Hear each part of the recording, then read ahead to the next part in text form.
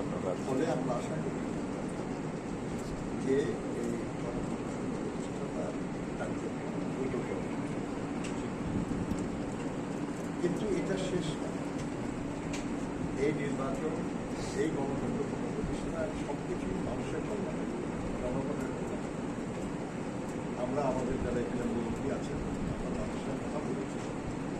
আমরা বলেছি যে শহীদকেও সবার পরামর্শ নিয়ে কাজ করতে হবে, খালেদাকেও সবার পরামর্শ নিয়ে কাজ করতে হবে, একা না, অন্যদেরকে সাথে শব্দ দেয়। আমরাও এখন মনে করি যে আগামী দিনে রাষ্ট্রপতি আমার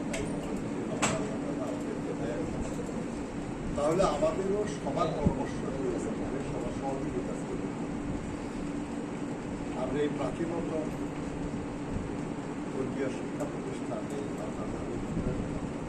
এখানে যারা দায়িত্ব আছে আমরা তাদেরকে বলেছি যে আমরা আপনাদের দোয়া চাই, আপনাদের পরামর্শ চাই, আপনাদের সহযোগিতা, যাতে করে আগামী দিনে আমরা এই যে হাজারো শহীদ, এই যে লাখো শিক্ষিত মানুষ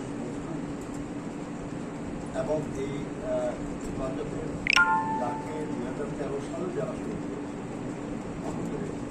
তাদের সকলের আকাঙ্ক্ষা যেন আমরা পূরণ করতে পারি। আমরা মেহরবানি হবে।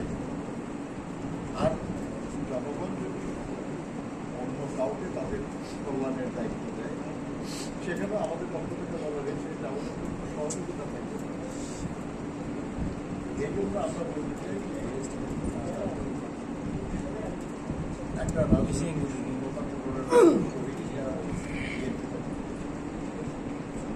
বারবার এই শূন্যতার সৃষ্টি করা হচ্ছে, বারবার বিএনপিকে আবার গণতন্ত্র প্রতিষ্ঠার দায়িত্ব। আমরা জানেন যে বাকশালের পরে গণতন্ত্র প্রতিষ্ঠা হয়েছে বিএনপির হাতে, এরশাদের স্বৈরাচারী শাসনের পরেও গণতন্ত্র প্রতিষ্ঠা হয়েছে বিএনপির হাতে,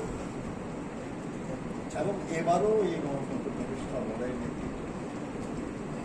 গণতন্ত্র প্রতিষ্ঠার জন্য আসলে নির্বাচনটাই